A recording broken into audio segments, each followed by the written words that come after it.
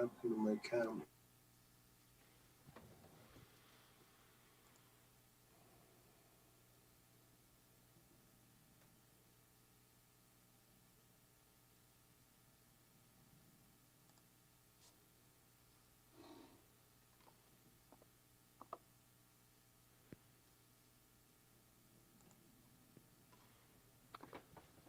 Hello, everybody, and welcome to Ask Willie Live. So every Wednesday, or at least most Wednesdays, I am on live for about an hour answering your music questions or just general music theory questions. So feel free to ask. Who has a question? Let's see. I think we got one in chat right here. And to my friends on YouTube and Facebook, hello, welcome. Go ahead and ask your questions as well. Steve said, Willie, a few weeks ago you helped me with a solo on a rock song, Hold Your Head Up. I followed your suggestions and it worked out great. Thank you again. Hey, well, perfect. Thanks a lot, Steve, for that feedback. So I think you'll really enjoy too, like I said, with TCI, we're going to eventually start moving into that rock realm. With the Confident Improviser program, you're going to also get some rock stuff in there as well as the piano accompaniment essentials. We're starting in rock, so it's like, you'll get more of that rock stuff there. One thing I did want to mention, I sent out a survey about the Confident Improviser and got a lot of great feedback. Thank you, everybody who submitted their feedback on that. But one student in particular was talking about how it's getting more difficult in TCI, and they're kind of losing a little bit of steam because it's getting difficult. So unfortunately, with improvisation, it's like anything else. I mean, it really truly is like learning a language.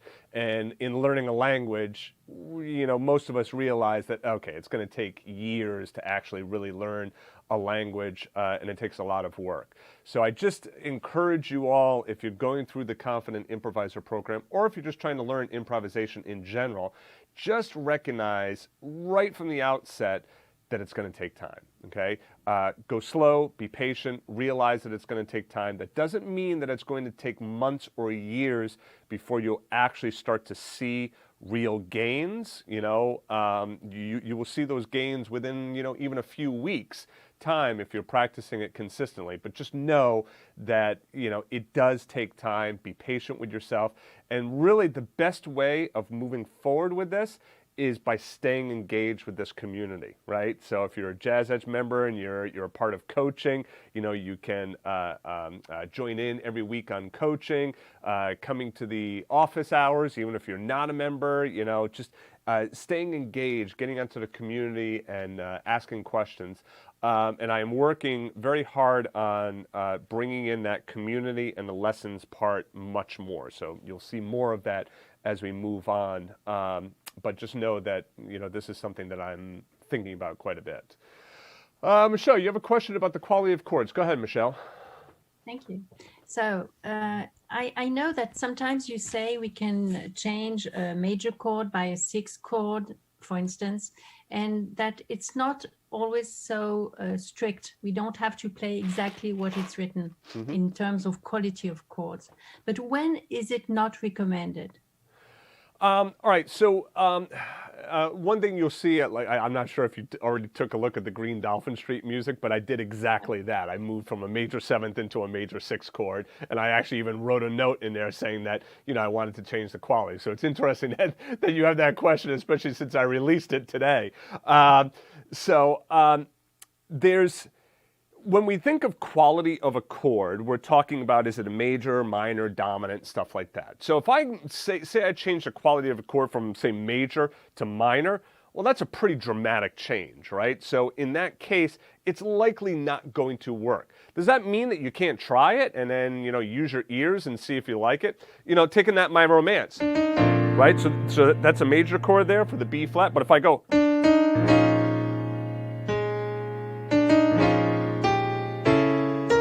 Right, so going to that minor chord there, doesn't sound all that great. Green Dolphin Street, right? Starting with that major chord. If I start with minor right away, right? So you see how it doesn't even fit with the melody. If I go to minor, and I'm hitting these notes over a minor chord, not going to sound good at all. So the first thing you got to think about is how does it react or how does it relate to the melody. So when you're changing the quality of the chord, as long as it fits with the melody, okay, then you're probably fine. The second thing is how does it sound, right? So, you know, if you're going from major to minor or minor to major, that's a pretty, like I said, dramatic change. So you might say, you know what, I'm not going to do that there. Let me give you another for instance. So back in Green Dolphin Street, let me just play this simply. So it starts with C major, then C minor, and then some music will have it written as D major, D flat major, back to C.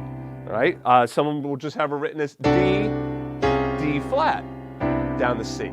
You could also go D7, D flat 7. So you see how changing it from just a plain old D into adding that 7th in there. There's your D flat, but by adding the 7th for a dominant chord, right? Or D flat major. So you see by adding in those 7ths and changing around that quality of the chord, you can get a little bit of a different sound. I'm going to give you one more. This one I utilize a lot. So this trick is really good. I don't have anything per se, you know, melody-wise, but let's say I'm doing misbehaving. That it might work. We'll see. Okay, so just it doesn't matter what the melody is. Point is, chords are C to A7 to D minor to G. So C, A7, D minor, G. A typical 1-6-2-5 or 1-5-7-2-2-5. All right. So anyway, D7, D minor, and then going to G7. Okay. But now check out, instead of playing D minor, go to a D7.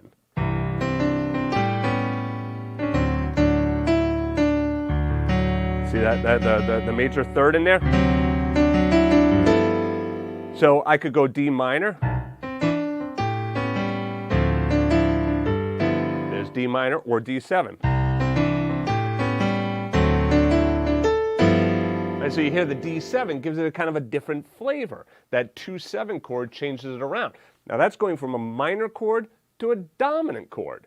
Pretty interesting, right? To, like, you know, have that change in quality, and it has a really neat change in the sound of the song.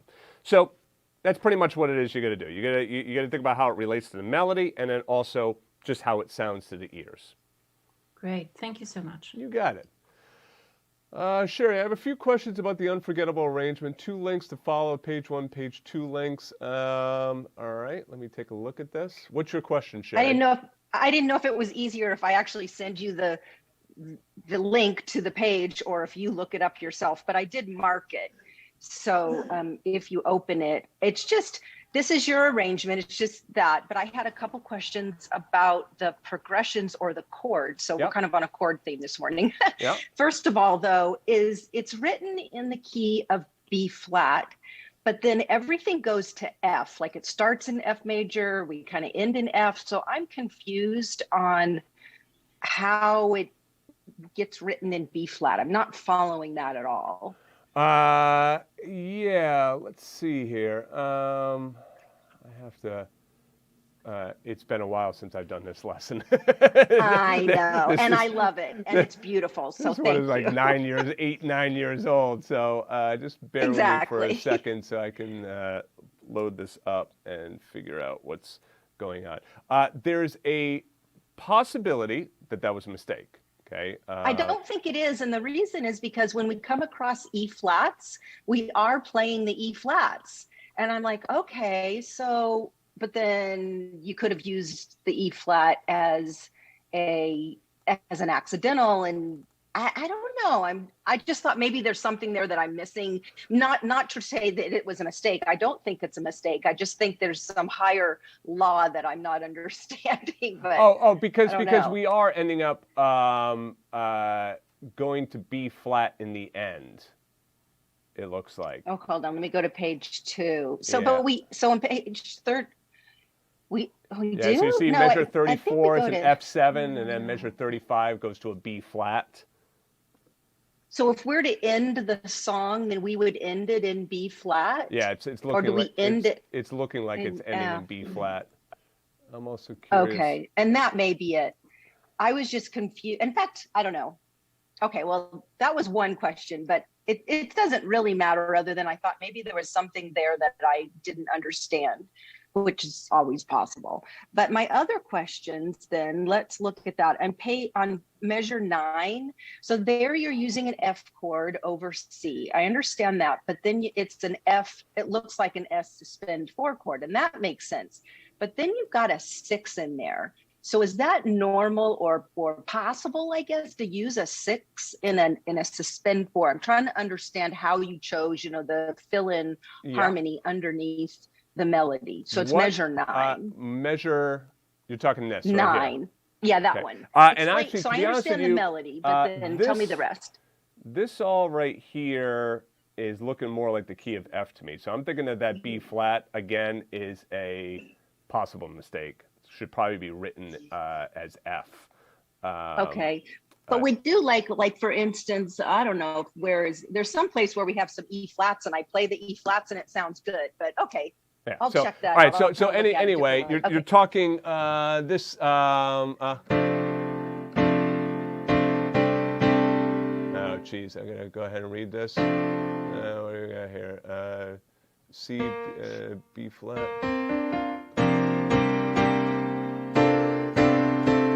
Right, so that's it. All right. So the question is,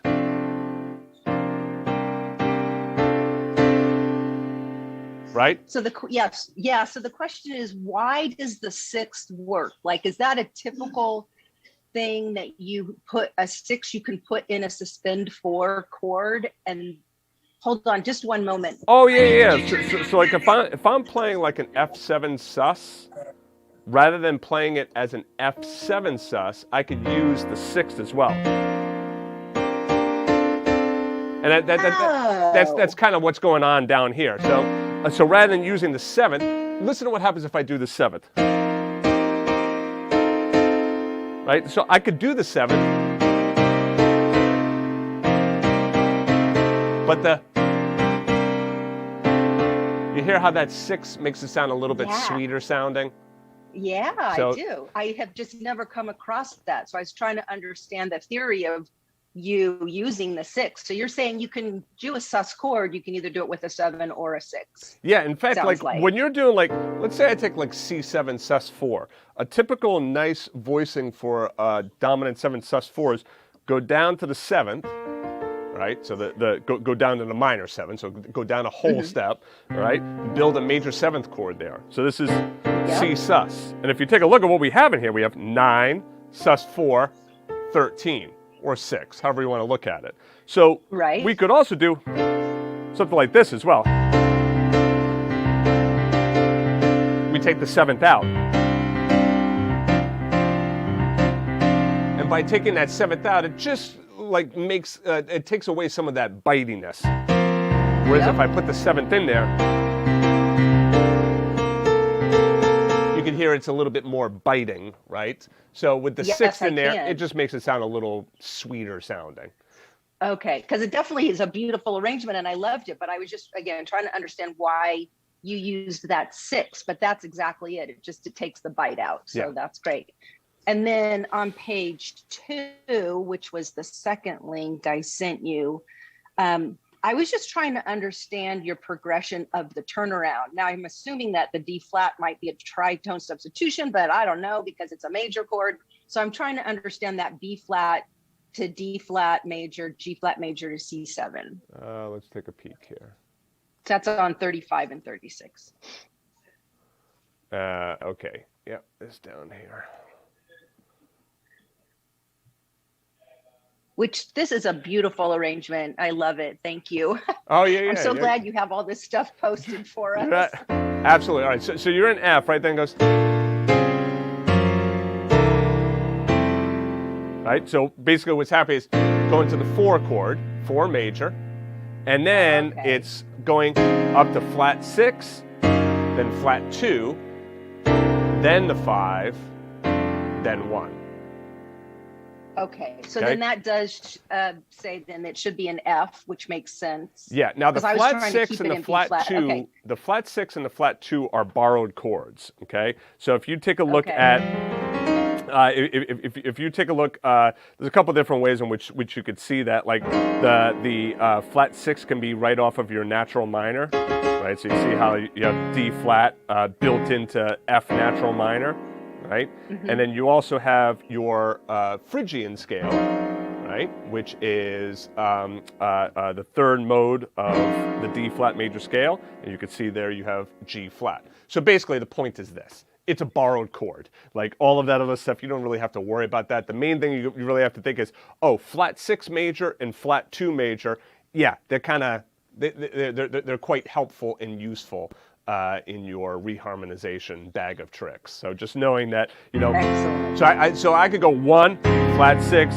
flat 2, 5, 1. I could go 1, 4, flat 2, 1, 4, flat 6, flat 2, then back to 1. Or I could go 4, flat 6, flat 2, 5, then back to 1.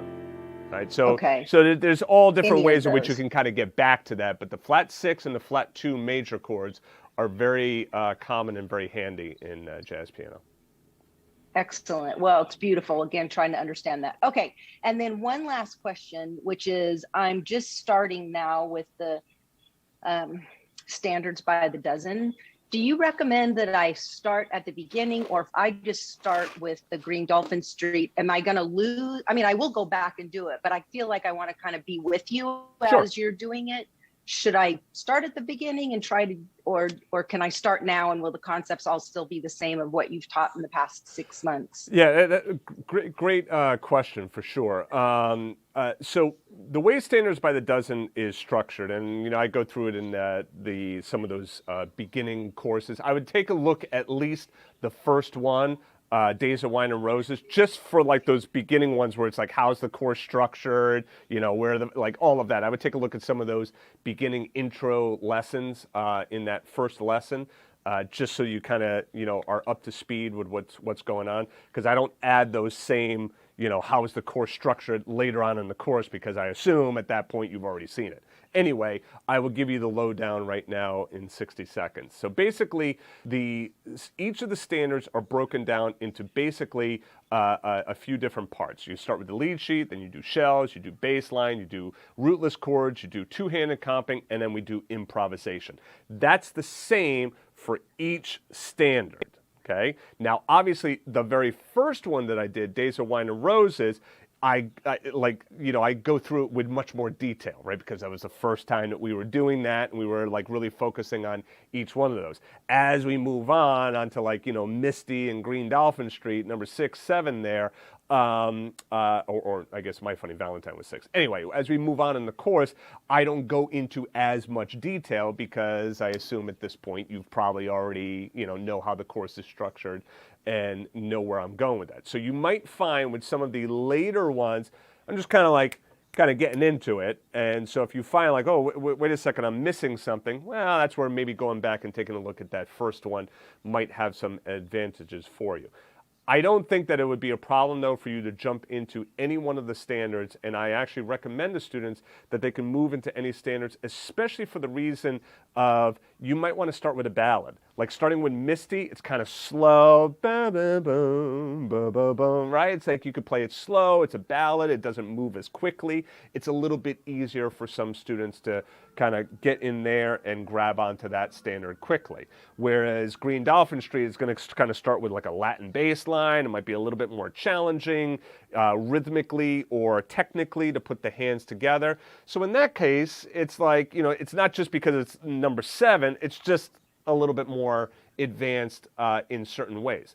But again, it might not be advanced for you. It really depends on the player, right? So some players might find that, oh, the rhythm is like throwing me, whereas other players are like, oh no, I'm absolutely fine. So you're welcome to move around in the in the standards any way that you want. You don't have to go in order. But now, within each standard, this is what's most important. So within each standard, like I said, you have the lead sheet, shells, rootless chords, baseline, comping, and improv. So let's take those 6 and let's break those apart. First of all, lead sheet, well, I mean, everyone should go through the lead sheet. That's just basically reading the melody, okay. So then we have shells. That's the big one, right? So in shells, if you're going to be doing, everyone has to make sure they go through shells, okay? Because whether you're playing with a group or playing solo, you have to have your shells, because the shells are also what we a lot of times use for the two-handed comping, okay? Then we get into baseline, okay?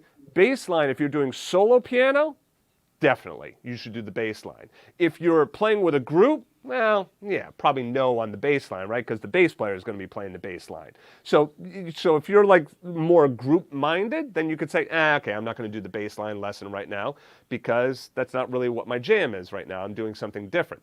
If you're playing in a group, the two-handed comping, the rootless chord voicings, super important. Hey, question, Willie, I'm playing more solo piano. Should I still do the two-handed comping and the rootless chord voicings? Sure, because with the rootless chord voicings, you could throw on iReal Pro, right, and play with the backing track, so you play with like a virtual band, right? So in that case, you know, the rootless chords would be good. The two-handed comping, some students like going through that, but again, every one of these lessons adds on more time, right? And I recognize that. So what I typically recommend to most students is that you want to build out your repertoire. Like at the end of the day, that's really what's most important, okay? Like licks, scales, chords, like who cares about all of that? Nobody wants it. Like if you say, hey, Willie, sit down and play something, I'm like, okay, I got something for you. Do you want to hear any more? Like nobody wants to hear that. Nobody cares about that. All the people care about is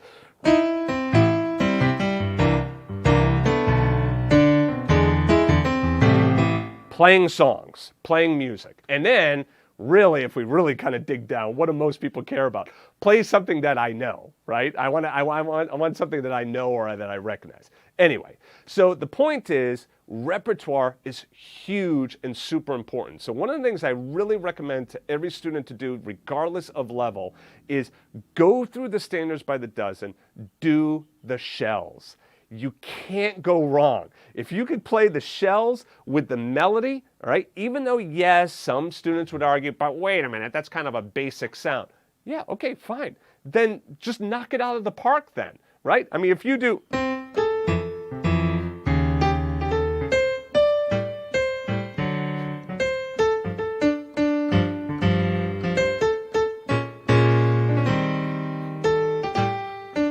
Right? So if you're playing the shells and playing the melody and you're playing it with good time and good rhythm, it sounds nice. You know, it doesn't sound all that bad. The reason you want to do it though with the shells and you want to go through all the standards and get all of those shells is a couple reasons. One, you really get down your shells. The shells, as we have seen, are really those building blocks that we can kind of build our other chords and arrangements on top of that. The second reason is with the shells, you could spin up an arrangement quickly. Now, it's not going to be as complicated or as filled out as that unforgettable arrangement, but at least you can kind of get an arrangement together quickly. And the reality is you should literally within 12 weeks even be able to have those 12 standards done with shells. Now, obviously not all 12 are done yet because it's, you know, going to go till December. But once they're all done, a student coming in January of next year should be able to go through and in 12 weeks really learn one standard a week, shells, melody, shells, melody. So it gives you a great way of being able to spin up your repertoire very quickly. And then the shells are also great to improvise over because they're open sounding chords, not as many notes to conflict with your improvisation. So that was a long answer. The short answer is you can get into standards by the dozen, do any standard that you want. You can get into the course anywhere. Within each of the lessons, I suggest that you definitely do the shells part of it. If you want to do the rootless voicings, the two-handed comping, the bass line, that's where you need to decide, okay, am I going to play with a group or am I going to play solo piano? Make sense? Excellent. Yes, thank you very much. I'm looking forward to it. You got it. You got it. Great, thanks. All right, let's see here. Go ahead, Bruce. You have a question regarding cocktail versus jazz piano.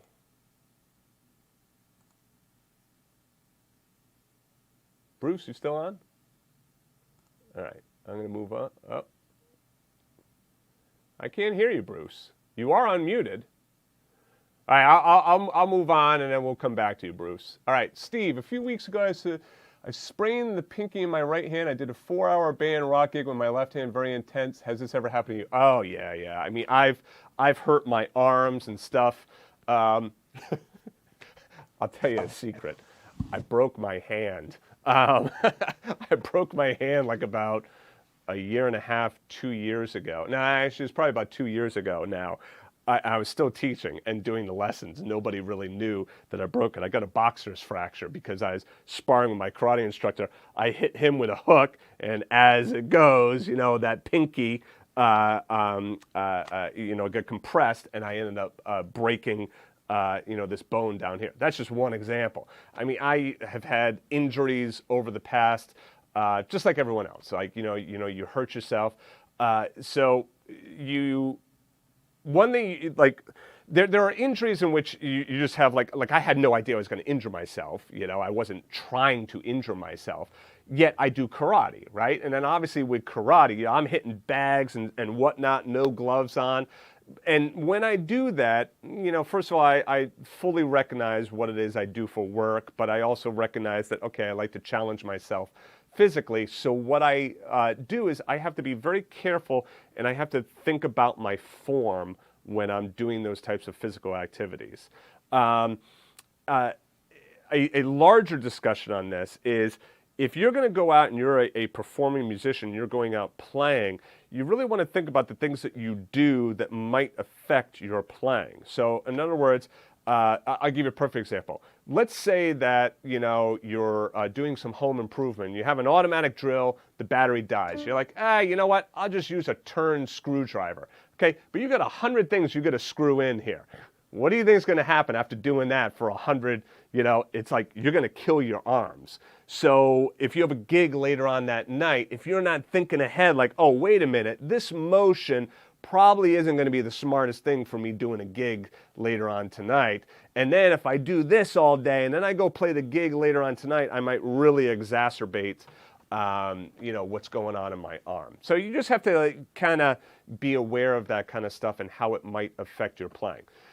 Injuries are going to happen. When you do injure yourself, okay, and my disclaimer always is I'm not a doctor, so check with your doctor. But when you do injure yourself, ice is really good, okay?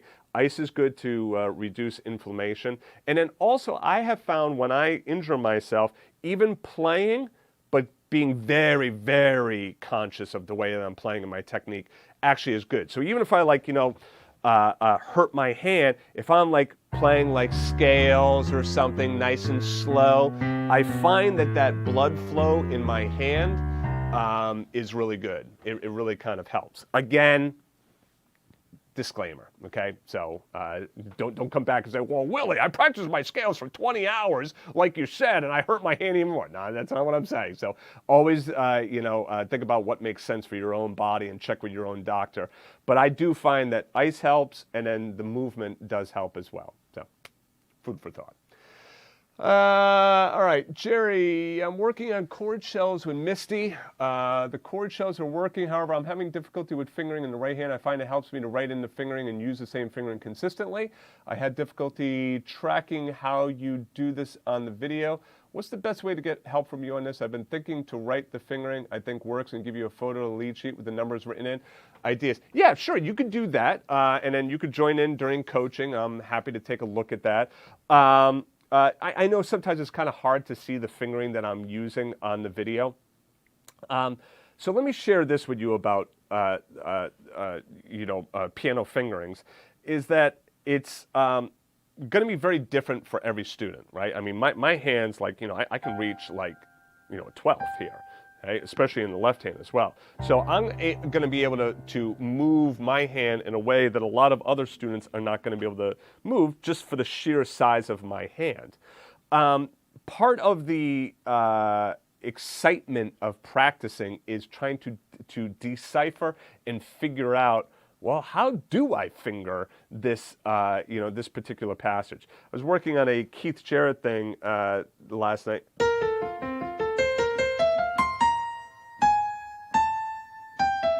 I forget exactly what the line was, but it was.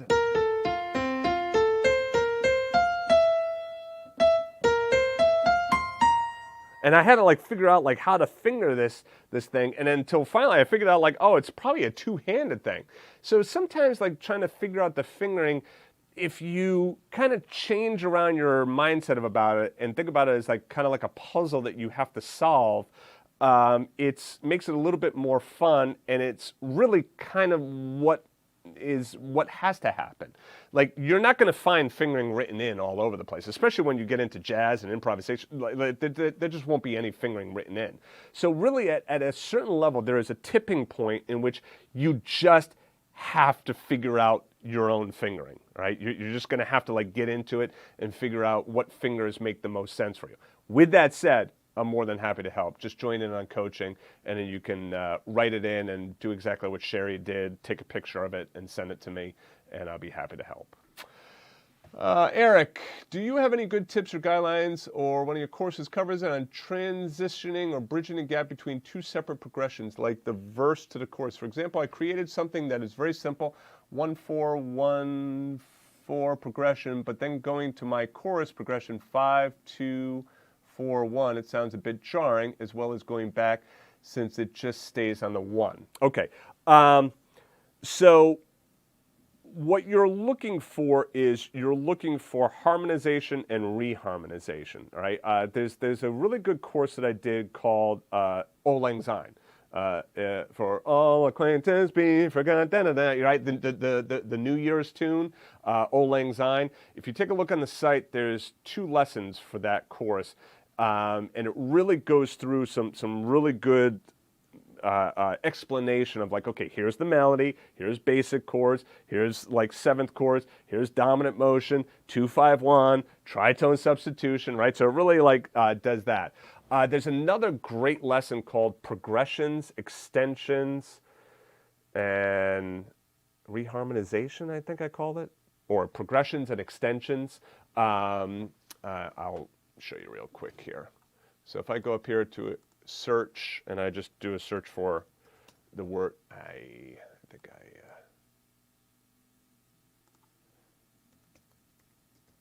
all right, so I'll do a search for the word progressions.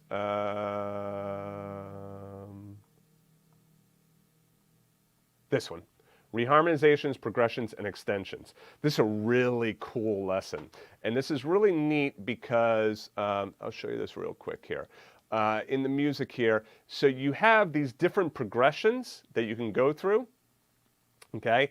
And it's giving you the analysis as well. So here, letter D.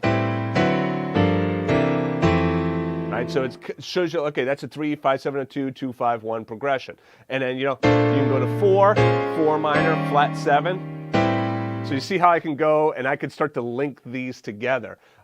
Really neat stuff. So if I take a look, let's do F, E, D, F. All right, so F, what is that, 4 minor? So F, what did I say? F, E, D, F. F, E, yeah, so that's what I'll do. F, then E, then D, then I'll go back to F. So here we go. F, and then E, and then D, and then rather than just hitting the 1 chord there at the end of the D, I'm going to go back to F. Then 1, 4 minor, 1. So you see how I can take this and I could kind of mix these together and I can create a bunch of different progressions. So there's a lot of cool stuff embedded into this lesson. I would definitely take a look at that. The lesson again is this: reharmonizations, progressions, and extensions. What I would do is I would search on the site just for the word either progressions or extensions. Right? If you search for extensions, it will come up. So that was the first lesson, and what was the other lesson I just recommended to you?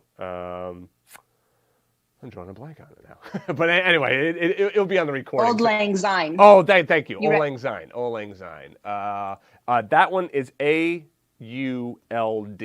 Just do a search for AULD, and then that will come up right there. Okay? Cool. Yeah, I found them both. Thanks. All right. Good job. Nice. All right. Hey, Jeffrey. How you doing? On YouTube there. All right. Back here. All right. Bruce, go ahead.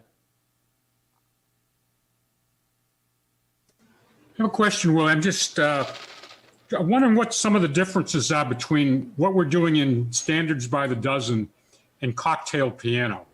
And I asked that question because I was listening to David Osborne this morning, and as I was taking my walk, and he's playing some really nice music, but he's kind of the master cocktail piano player, and he's going up and down all these fancy runs and whatever. But then when I think about the jazz recordings, and I've listened to the same songs, it's more of less of those runs, but more of the improv and playing with the rhythm tracks, the whatever. So I was curious. You learn a standards by the dozen. Say, for instance, Autumn Leaves, and I learned Autumn Leaves in a definite jazz version with the improv, the walking bass. And I used rootless voicings with the IRIO backing track. So if I wanted to make that more of a cocktail style, what are some of the differences? How would it be a lot of changes to that arrangement, or basically more or less the left hand? Because now I'm playing solo, so I'd have to replace the rootless voicings with more of a shell and the root. But other than that, is there really much difference between cocktail and jazz? Well, first of all, there really isn't a definitive definition of what is cocktail piano versus what is jazz piano.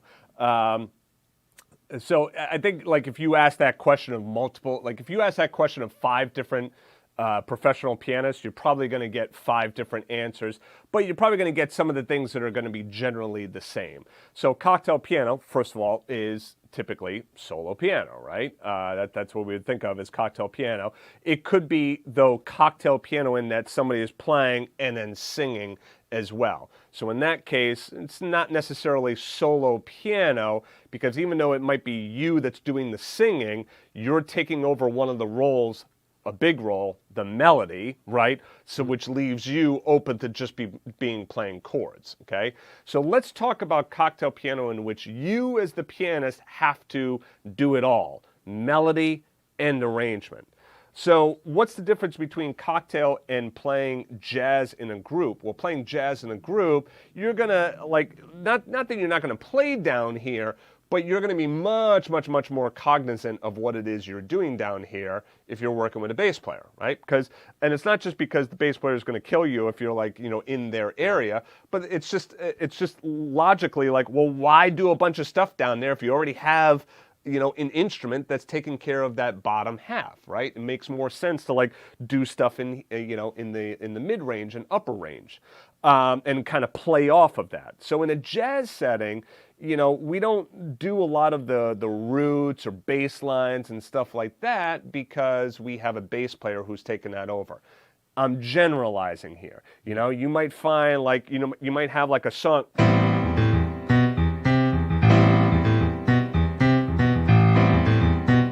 Like, you might be playing that bass line along with the bass player, right? So you guys both might be playing the same thing at the same time. So you're playing a bass pattern down there along with the bass player. So just always take everything with a grain of salt. Like, there's generalizations. You shouldn't think that, like, playing with a group means you never play a bass line. All right. So anyway, back to cocktail piano. What are the main differences?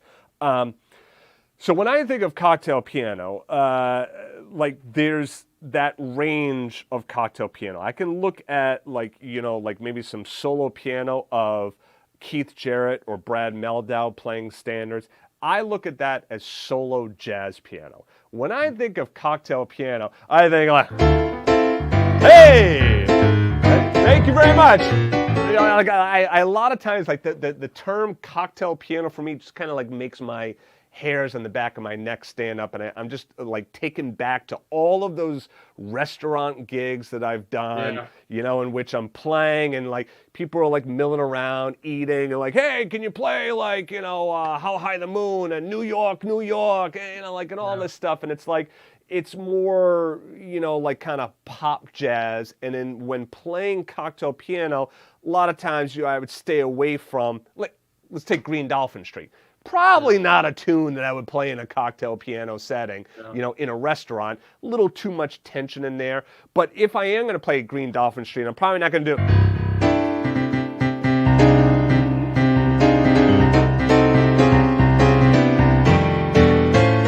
you know, I'm probably not going to be playing that heavy and be playing like that tense and stuff like that. If I'm doing cocktail piano, I'm probably not going to be doing while you're sitting over there enjoying your Delmonico steak there, okay? Yeah. So that's going to be a little bit too much. So a lot of times I'm thinking of cocktail piano. Again, me personally, I'm thinking of cocktail piano a little bit, I hate to use the word schmaltzy, but a little bit more like that. You know, my dad used to play like cocktail piano, and it was like a lot of like the arpeggio stuff.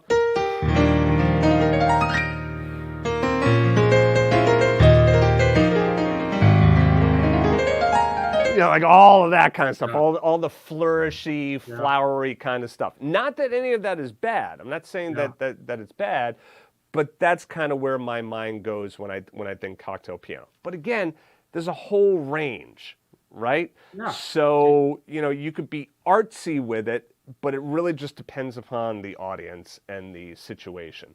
You know, I've played some cocktail piano gigs where they're really more like solo jazz gigs in that I'm thinking like, okay, I could really branch out and stretch here. Whereas I've played other cocktail piano gigs where it's like, you know, just play the gig, right? And then do it exactly like don't, you know, get crazy with it. You know, don't do jazz arrangements of rock tunes. Like just play it straight up. So does that answer your question, Bruce? Yeah, I think basically the question, you know, the question is, is it just if I was going to take some of the arrangements that I've done through the standards of the judges, and I wanted it, and it's just converting them to more of a solo arrangement.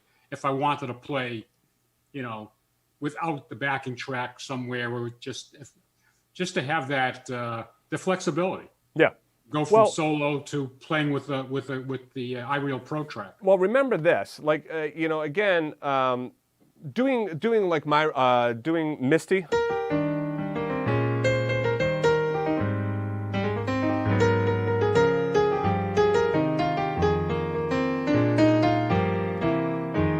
Like doing that with the shells, that sounds perfectly fine.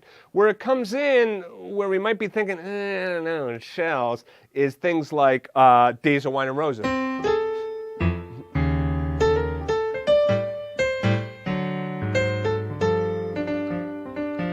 Right? Whereas if you play the shell and you don't do something rhythmically in the left hand, it could be a long night.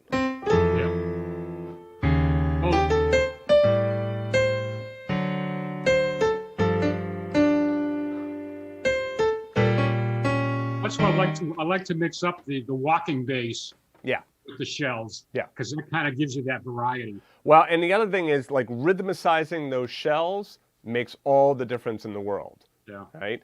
And like if you can learn to like kind of squeeze out as much as you can out of those shells, then what you end up having is a nice quick way of being able to spin up an arrangement. Right? So like again, like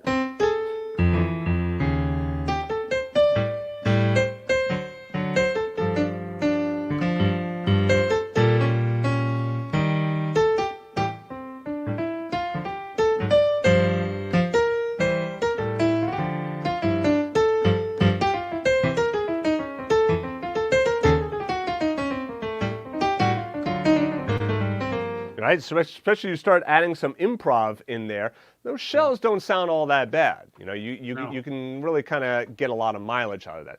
But then, like you said, you know, you throw the bass line in there, and really where I'm thinking the difference would be cocktail piano-wise is, you know, you might throw some more lines in there, right?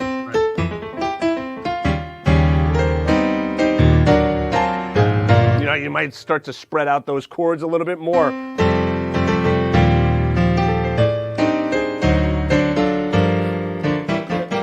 Do the locked hand style and all that. Right. You start to flesh out your arrangement more in that cocktail piano style. Kind of like what Sherry shared with the Unforgettable arrangement. You can see that's like fleshed out a little bit more. That's really what I would think of the difference between Standards by the Dozen and a full-blown cocktail piano arrangement. Perfect. All right. Thanks. You got it. Let's see here. Chris, you have a question about when I should stop working on a TCI lesson and move on to the next lesson. Go ahead, Chris. Can you hear me? Yes, I can. Thank you. Okay. So you probably, I think, answered this question probably in different ways, maybe a dozen times.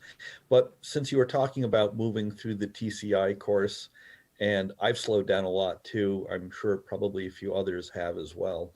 And so what I find is I pick up a new lesson, much like you have recommended, and I'll work on my left-hand accompaniment. I will phase in as I get it smoother, working on the scale that's introduced. And then when I start working on the variation, hopefully it's smoothed out by then, and then I'll work on the lick when it's smoothed out, and then the variation. But what I find when I get to that point, especially some of these have had some more interesting, faster chord changes in the left hand and a little more challenging fingering in the right hand. As I smooth it out to just sound more pleasing as I practice, I find I'm really developing more my touch memory in my fingers and hands. And I'm thinking a lot less, or maybe not at all, about the scale, the chords, the music theory part of the lesson.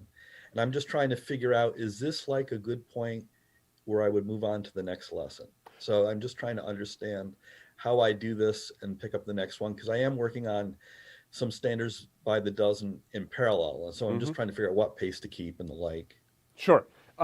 So first of all, that's good. So I gave you a thumbs up, because as it starts to become more muscle memory and you're not thinking about the theory, that's really where you want to get to. Because the reality is, when it comes to improvisation, if you're going to be thinking about all the theory while you're trying to improvise in real time, forget it. It's not going to work. Real-time improvisation really has to be just you tapping into the knowledge that you've already gained and already practiced. So typically what I say is get to 80%, right? So once you get to 80% on whatever it is, the exercise, the scale, the lesson, then at that point, go ahead and move on. The reason you don't want to try and achieve 100% is that last mile, that last 20% is going to happen naturally over time. So for instance, let's say we take Standards by the Dozen. There's going to be 12 standards, okay? Let's just say the whole course is done. We have all 12 standards done right now, for argument's sake. So if you start on standard number 1, if you said, oh, no, I'm going to get down every note absolutely perfect on this first standard, you might stay on that first standard for 6 months, 8 months, even a year, right, to get down every single note and every nuance of that. The reality is, though, when you take that first standard, you're like, okay, I got it 80%, and you start moving on to the other ones, well, guess what? You're still learning shells and rootless chords on all of these other standards. So all of that work being done on different songs is going to then support the original song that you worked on, right? So you got to remember, all this continuing work that you do will always go back and support the stuff that you've done in the past.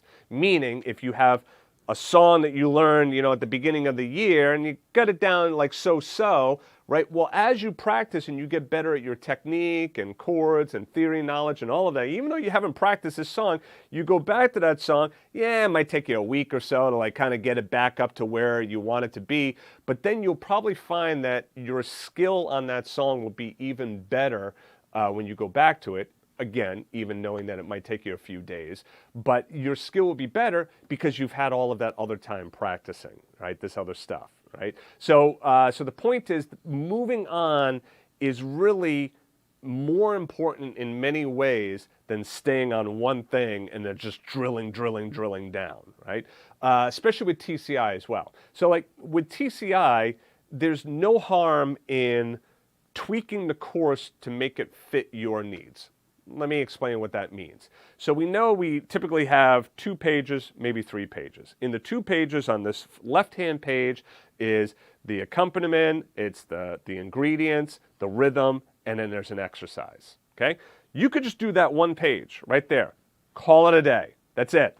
On page 2 is 2 variations and a spot where you can write in your own variation. Within that page, you could say, okay, I'm going to do variation number 1 and then call it a day. All right, I'm going to do variation 1 and 2, now call it a day. I'm going to do variation 1, 2, and I'm going to write in my own variations, right? Or I could say, I'm not going to bother to do the variations, I'm just going to write in my own. So you see, there's many different ways in which you can kind of bob and weave through this. Then there's the inspiration part of it. The inspiration, you could say, you know what, I'm not even going to touch that for right now.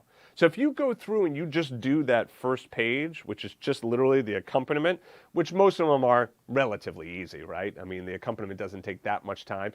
The notes, the ingredients, the scales, that's relatively easy as well. Then you get down to that first exercise. That's where it might get a little bit challenging trying to put that hands together. But the reality is probably getting that down is not too tough as well. So you could just stop right there on page 1 and then move on to your standards. Does that make sense? Yeah, yes, it does. And so I've been taking it maybe a little too far and trying to make it sound too smooth. And so, but I do find that when I keep moving on, there's a lot of enrichment that occurs consciously and unconsciously that if I go back, I can see that it comes in. So definitely I get a benefit from to keep moving. Yeah.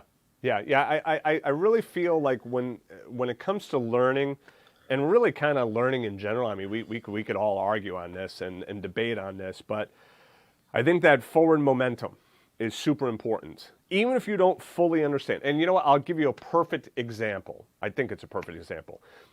It's probably happened to all of us, right? You're reading a book, and you come across a word that you don't know. So then the question is, well, what do I do, right? Now, one thing you could do, you could circle it, underline it, doggy, or whatever. Write it down on a separate sheet of paper, okay? So that's a word that you're going to look up in your vocabulary. But then some people will say, all right, forget it. I'm not going to read anymore. Now I'm going to get online. I'm going to get the definition of the word. I'm going to learn the word, and I'm going to go through the etymology of the word and all that, right? And now what has happened? They have stopped their forward motion of reading, and now they're diving into trying to figure out what this word is. Whereas, does it really matter that much that they missed that one word? Are they really going to lose the whole point of the story? Probably not, right?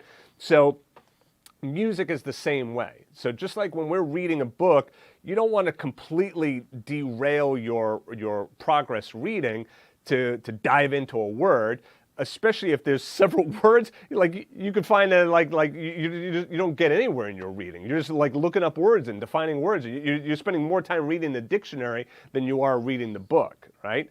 The reality is that if you skip over that and you skip over certain things when you're practicing piano, as you move on, yeah, there might be some holes there because you skipped over it, but I think the benefit is that you keep that forward momentum. Because again, using that example, that analogy of reading a book, how fun would it be to read a story? You're on page 1. By the time you get to page 2, you're looking up a word, right? Page 3, now you're on page 4. Oh, got to look up how fun is that story? How engaged are you going to be?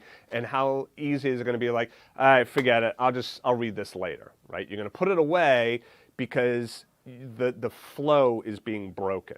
So keeping that flow going is super important. Now, for all of us, we need to be honest with ourselves, and then we need to say, am I moving on because I'm lazy? Or am I moving on because, I got a pretty good general sense of it. Let me keep going for my forward momentum. So we all know what that is, right? If you ask yourself that question, you know if it's a laziness thing or if it's just all right, I think I got what I need. I can always come back later if I want to fill in some more.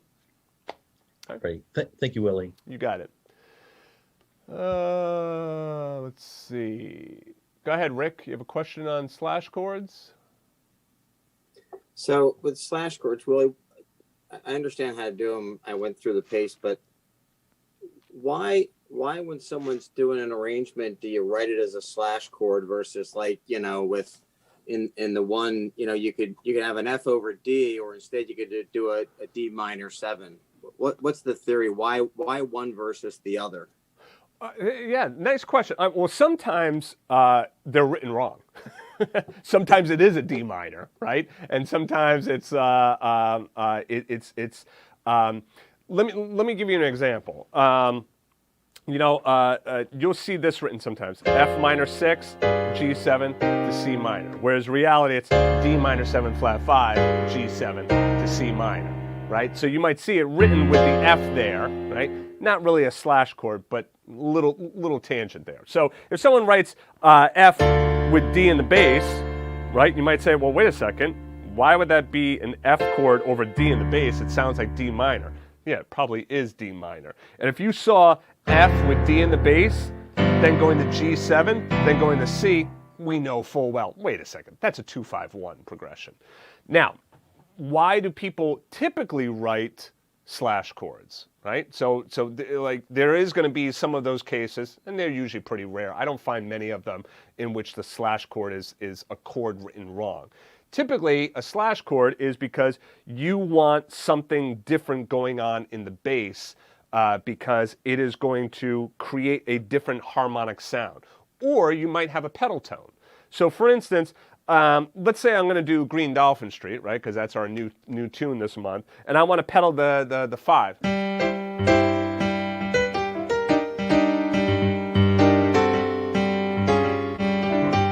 Right? So there, I'm playing C over G, C minor over G, D over G, D flat over G, C over G, right? So I would write that as C major slash G, right? So that you know that G is in the bass.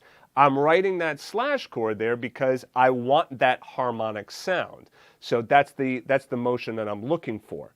Now, let's take something else. Let's say you're going to do a basic progression: C, A minor, D minor, G.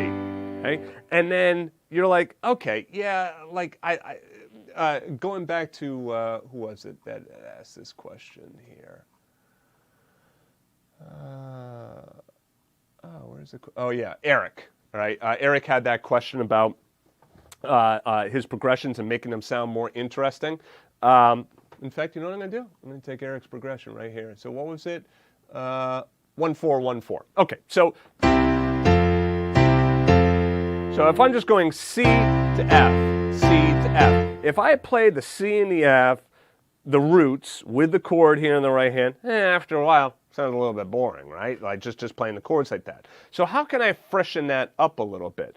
Now I can introduce alternate bass or slash chords.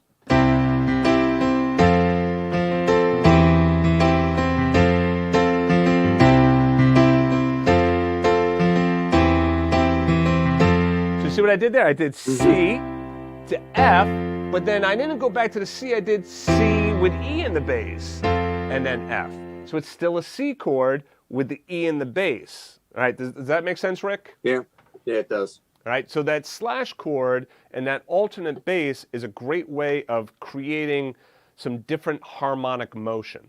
Now you'll find that bass players will start to do that kind of stuff just naturally. So, the chord progression might say C, F, C, F, but then they'll throw in alternate bass notes underneath. That's the benefit of playing bass. They control the bottom end, so they can do that. Another one that bass players love to do is they'll throw the tritone in. So, it's like a D to G to C. So the bass player will. So the bass player will go down to D flat rather than playing the G. This is kind of another reason why, as piano players playing in a group setting, we want to stay away from the bass notes, because now what we're doing is we are taking away the bass player's opportunity and ability to change those notes on the fly. Because if we're playing like, right? Hey, I'm playing the root down there with you, right? Doesn't it sound good? And the bass player's like, yeah, but I didn't want to play the G. I really want to play the D flat. But if you play the G and I play the D flat at the same time, it's not going to sound very good, right? So, so those alternate bass notes or those slash chords, it's a great way of being able to change around that harmony and create some harmonic interest. Will that slash chord, will that bass note, does it have to be a chord tone, or could it be a tension, or is it all kind of depend upon the harmony? It's all right there. It's all about your ears, all right? So like, let's say, all right, so let's say like in the wee small hours in the morning. Right, so it's C major. But now let's say I want to put a different note underneath there.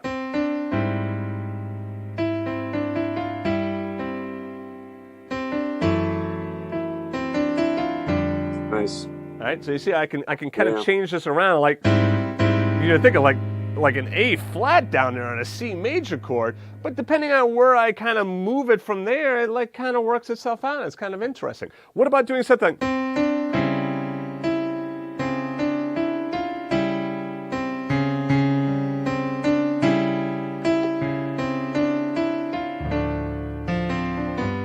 You might think, why in the world would you ever play D flat there? Well, coming from a film music background, right? I was going to say, don't open your closet with the lights out when that's playing. Yeah. Right? I might want to do something like that where it's like I'm looking for like this tense sound going on there, you know? So I might do something like that, you know? And again,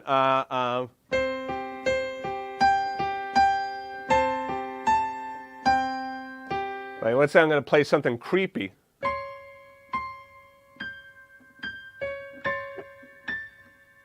Right? Yeah. And there's your D7.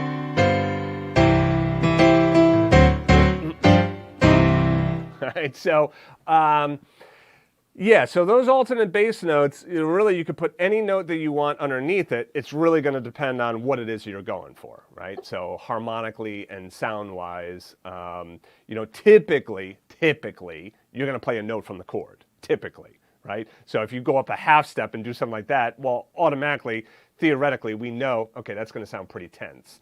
But you might want that, and there's a situation right there that might be completely appropriate. Right? Thanks.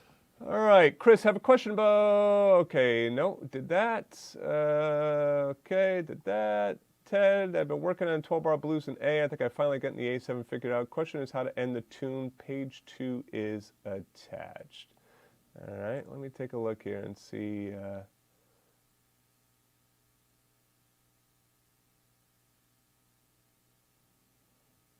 This might be outside of a scope of what I can do right now. Lloyd, you sent that image here as well while Chris is doing.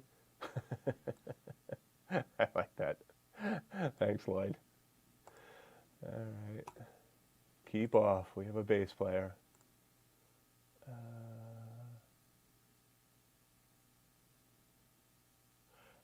Sherry, what do I teach in a cocktail piano course? Pretty much it's similar to Standards by the Dozen, but we're just talking about how to flesh out arrangements, how to create an arrangement of as time goes by, that kind of stuff. So it's similar to Standards by the Dozen. Ted, all right, so I finally got the A7 figured out. Question is how to end the tune. Page 2 is attached. Okay, interesting. Let's take a peek here. So what do we got here?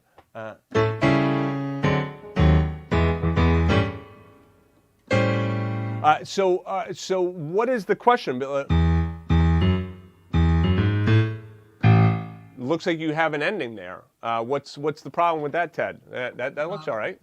No, I'm sorry. My question was really how to play the right hand. Is it just the chords? Oh, okay.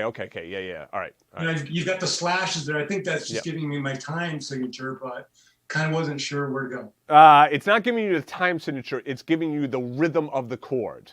Okay. Right. So taking a look at this, first of all, when you take a look at that A7 chord over C sharp, you don't have to do anything with the chord in the right hand. You're just going to play the A7 because you already have the C sharp down there. So the first thing is don't get confused by that, thinking, oh, wait a minute, does the chord have to change? So whatever A7 chord you play here, let me just do a basic A7.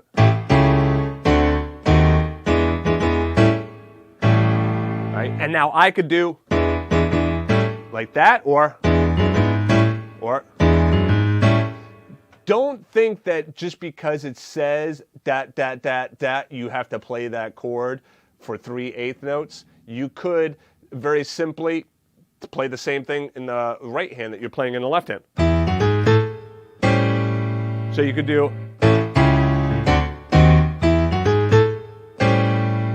something like that. So I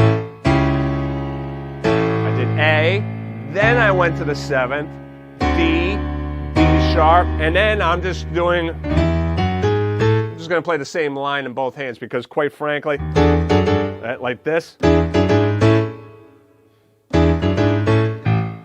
I don't like playing that E7 chord 3 times in a row. I don't particularly like that sound, but I'd have to hear the whole song. I mean, it might sound good playing the E7 3 times in a row. It really depends on the situation. My point is this: you don't have to play that E7 chord 3 times in a row if you want right here. Just double what's going on in the bass, okay? And then you could double it. That's actually a very typical thing to do. Take that and play it hands together like that because it really makes a nice tight ending. So like, right? It's a nice button ending like that versus that. Right? Where like that, this, so you get to decide which one you want. But does that make sense, Ted? Yes, it does. Thank you. You got it. All right, let's see.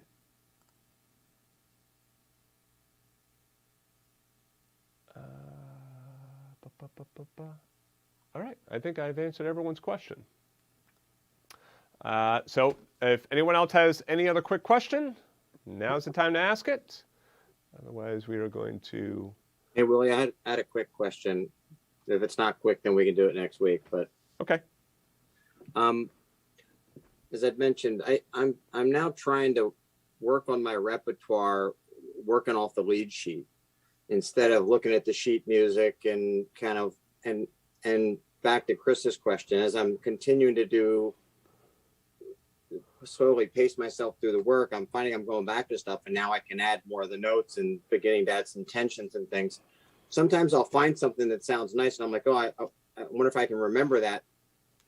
Is there a right or wrong answer in terms of like when do you try to capture the arrangement so you can go back to it versus just saying, you know what, just keep doing it off the lead sheet and letting that build over time where it becomes natural. And then I was curious, like, when you watch Keith Jarrett or Bill Evans, did they actually write stuff down, or did they just play it so many times that they actually did the same thing, or is it different every single time depending upon which recording you listen to? Yeah, I've seen Bill Evans and Keith Jarrett come out with music. So I mean, like they definitely knew how to read music and how to write music. So they would definitely write things out. I could say that with pretty much 100% certainty. Whether or not they'd be playing with music there in front of them and how much they would utilize the music, it might be the kind of thing where, like, they have the music and they just kind of like put it off to the side and they just kind of glance at it for a particular section or whatnot. Those players that you mentioned, they're not really, it's not like that kind of stuff. But they would definitely utilize music. Now, to the first question, it's kind of like, it kind of dovetails off of the analogy that I was giving before of reading a book and getting sidetracked with looking up a new word every, 5th paragraph, right? It would be a very not pleasing way of reading a book, right? And same thing where, like, if I'm like working through an arrangement or something, and like from a lead sheet, and then I come across something and I'm like, oh, that's nice. And now let me move it around into other keys and now let me write it down and stuff. Like, I completely got sidetracked there, right? Now, I used to do this all the time, right? And I still do it, like, to be completely honest. I remember in college when I was at Berkeley, I would play through Bach chorales. And I'm just trying to play through the Bach chorale, working on reading and, voicings and all that kind of stuff. And I'd find a section, and I'd be like, oh, I just love that harmony. Then I would start, I would dive into this rabbit hole of just playing around with the harmony and improvising around with it and stuff like that, which is fine. But I think what you have to, the question you need to answer is, what is the function of your practice in that particular moment? Are you just kind of like free-forming it, and it's like, hey, look, if I want to kind of dive into this, or I want to write it down or whatnot, am I cool with that? That's fine. But if you're like, hey, look, I want to try and really get this repertoire down, then maybe kind of constantly sidetracking like that is not going to be conducive to getting that repertoire down quickly, right? Because it's going to slow down that whole process. So then the next question becomes, all right, so wait a second, Willie. I'm playing through this arrangement. I play something that I like. I enjoy that. But darn it, now I'm going to forget that because I didn't write it down or something. So what is a player to do? So there's a couple of options that you have available to you. Number one, it's always a good idea to have a pencil and some blank staff paper available, like right within, arm's reach. This is a larger conversation of really setting up your practice area for maximum success, right? And that would be things like having a binder with blank paper in it, a binder with sheet music in it, like blank staff paper, having pencils handy, right? Having it all right there, so you don't have to going through your junk drawer trying to find a pencil. That right there, gonna kill your practice. All right, so that's the first thing that you could do is if you're set up in your practice area, then maybe you could jot down a quick note for yourself and then move on with your arrangement. The other thing you could do is, on most phones today, there's a voice recorder, right? Put on the voice recorder, just record it, and at least you have the idea down. I will do that, and then, going back to Sherry's example there with the Unforgettable. So I might be like, okay, I'm here in the key of F. I'm going to end Unforgettable. I'm going to go B flat major, D flat major, G flat major, then C sus 4 flat 9. Resolve it, and then back to F. So what I did is I just kind of gave myself I did a C sus, sus 4 flat 9, then resolve it, then go back to the F. I'm not worrying about I played a C, a D, an F. I'm not worried about all the exact notes. I'm just giving myself just enough that if I listen back to that, I could, for the most part, recreate that. And I'm able to do that quickly and then get back to my arrangements, right? So you could write it down, you could record it on video. That's another option as well, right? But those are ways in which you can capture the idea without completely derailing your practice session. Yep. All right, great. Do you ever export stuff into a MIDI or a DAW? Does that get too complicated? And then delete stuff you don't need just so you have it? Sometimes I go back and I'm like, wait a minute, I don't even remember what I was doing because I'm trying to really sort of freeform it, not overthink it. Yeah. Well, and I know you're like me. You're analytical. Like we've had discussions before, so I know you're an analytical thinker. And for you and I and other analytical thinkers, it's very easy for us to overthink it, right? That's kind of what we do, And then you could then you could find you're practicing this arrangement, then you're getting into a MIDI, oh wait a second, if I do a MIDI through over there, and if I loop back and get some reverb, it's right. So I mean You're way off track at that point. So again, it's it always comes back to the saying, know thyself, right? Know who you are, know how you operate, know what works for you.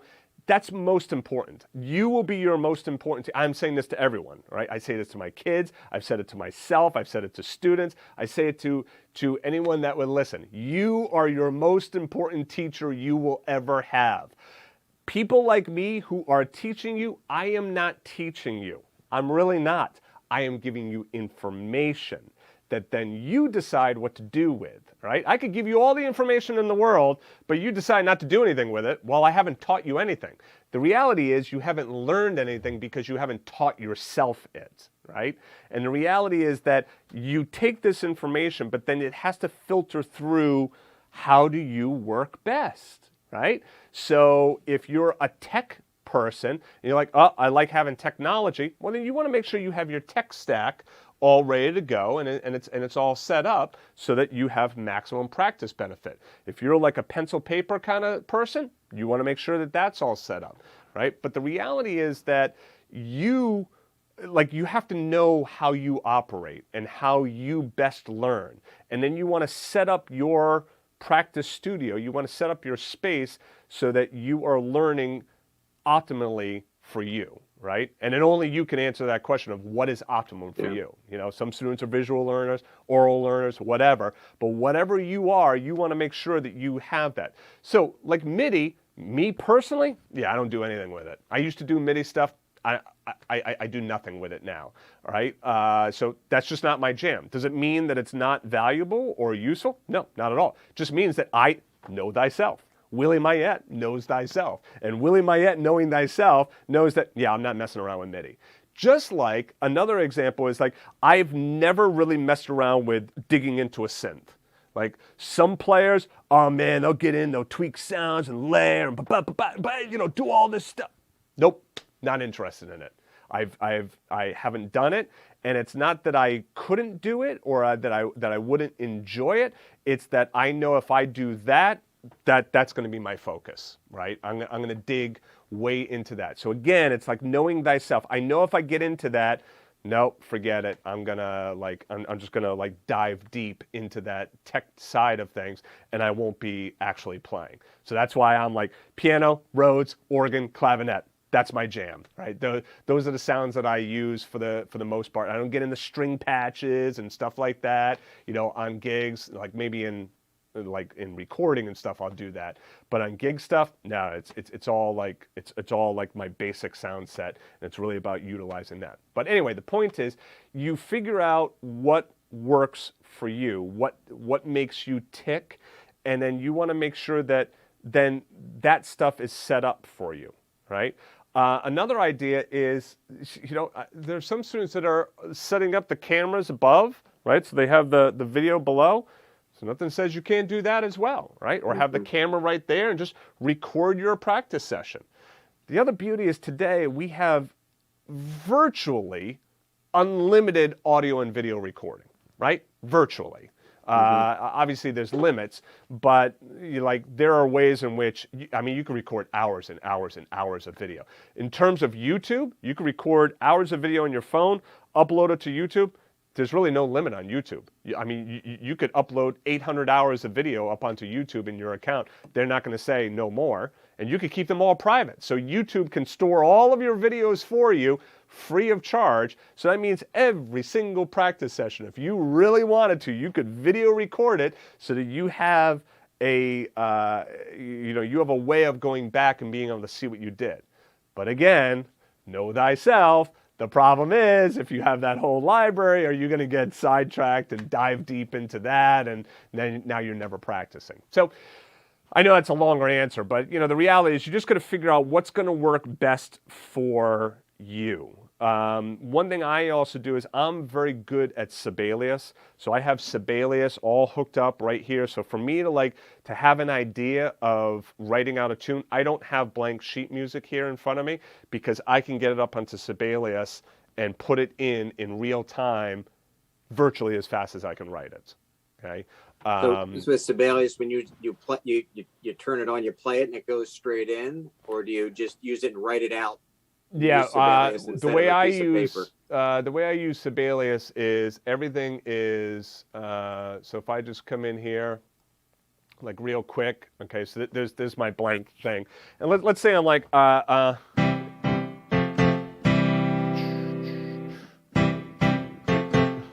so it's 2 quarter notes, all right, in the left hand, so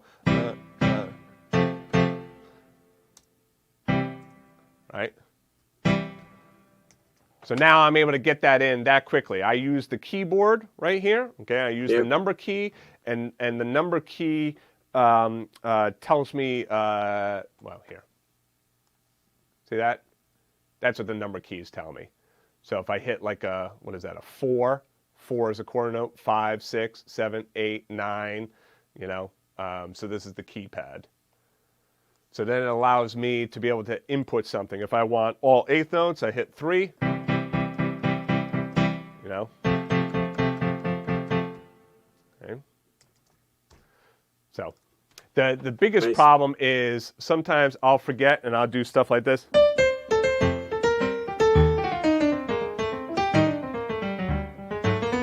Oh, jeez. Because if you're in the, you know, if you see how like it's very, Doesn't very break hard it to into see right that. and left. See how that's blue right there, Yeah. right? And now it's not blue. So if I'm activated in the staff and I start to play stuff, then it, you know, fills it in. And there's sometimes I'm like, oh, geez, I have to hit the Command Z and undo all of this stuff to get rid of all of those notes. That's the only, you know, kind of downside of this. But what's great is that not only can you do that, but then I also like that then you could, you know, you could play it back so you can kind of hear what it would sound like. And that's very useful, especially for getting your rhythm down, right? Because it's real easy to be like, you know, that, you know, and then maybe you're like, right? You're like, and you're like, yeah, that's a rhythm, right? That's a rhythm, isn't it? And then you go to play it. Whoops. Well, you go to play it, and it's not the exact rhythm, right? So being able to play it through the software is nice because the software will tell you if the rhythm was right. Because the way I just played it was not what's actually written on the screen, right? So anyway, that's what I do. Thanks. Sibelius. But that would be perfectly fine also to do Finale. There's some other ones, Muse Score as well. I'm trying to make the shift to Muse Score because Sibelius, not that there's anything wrong with Sibelius, I've grown tired. and I'm ready to move on to something else. And now I have the new M1 Mac, and my version of Sibelius doesn't work with it, so I have to upgrade. And quite frankly, the upgrade doesn't give you anything really new that I need. So it's like, why should I buy? So I'm just going to switch over to Muse Score. But unfortunately, you get in bed with one of these software packages, it's very difficult to jump to another one because the learning curve and the music notation is pretty steep. Yeah. Thank you. So Jude said, talking about overthinking it, what was the program you had me mention you were going to do next year? I think it was relation to these trifecta material. So the program, I have some different ideas of what we're going to do next year. What I'm thinking is a Standards by the Dozen Volume 2. I'm also thinking maybe a transcriptions by the dozen, something like that, in which we do some transcribing. So I haven't completely decided yet. What I will likely do is I'll probably send out a survey, because I like surveying all of you and getting a consensus, because number one, I want to give you what it is that you're looking for, but then number two, it also allows you to see what everybody else chose, right? Because then I can share and say, okay, well, 70% of people want this, you know, so if you were in the 30%, you realize that, okay, well, I was in the minority here, so, you know, I got to go with what the majority says. And then I also like that the survey, all of you are really good at filling in some other information and giving some other comments. So it's a good way for me to like kind of test the waters and see what it is that you're interested in. So probably in, you know, October is probably when I'll start sending that out and thinking about 2022. Alrighty, everybody. Well, I think I answered everyone's question. Everyone have a great rest of your day. Just to let you know, the TCI will be out. TCI will be out on Friday.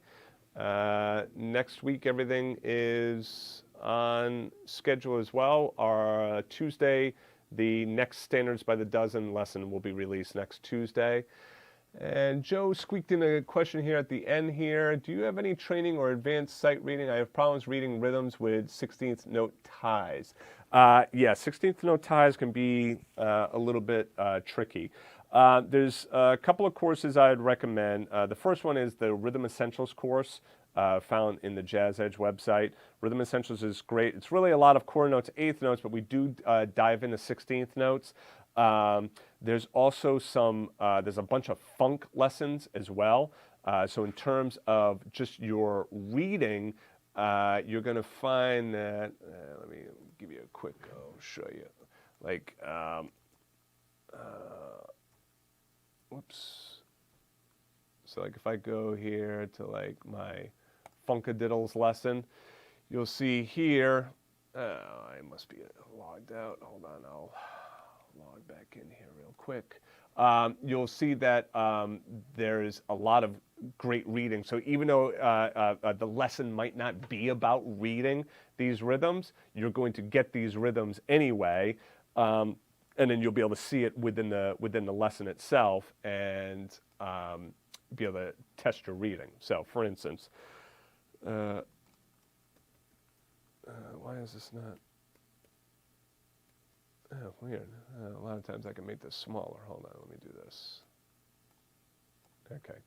So you can see there's a whole bunch of 16th note stuff in here, right? So this is within the lesson. So even though this lesson is not about reading 16th notes per se, you're still going to get the 16th note reading based on the sheet music in the lesson, right? So the rhythm course would be really good.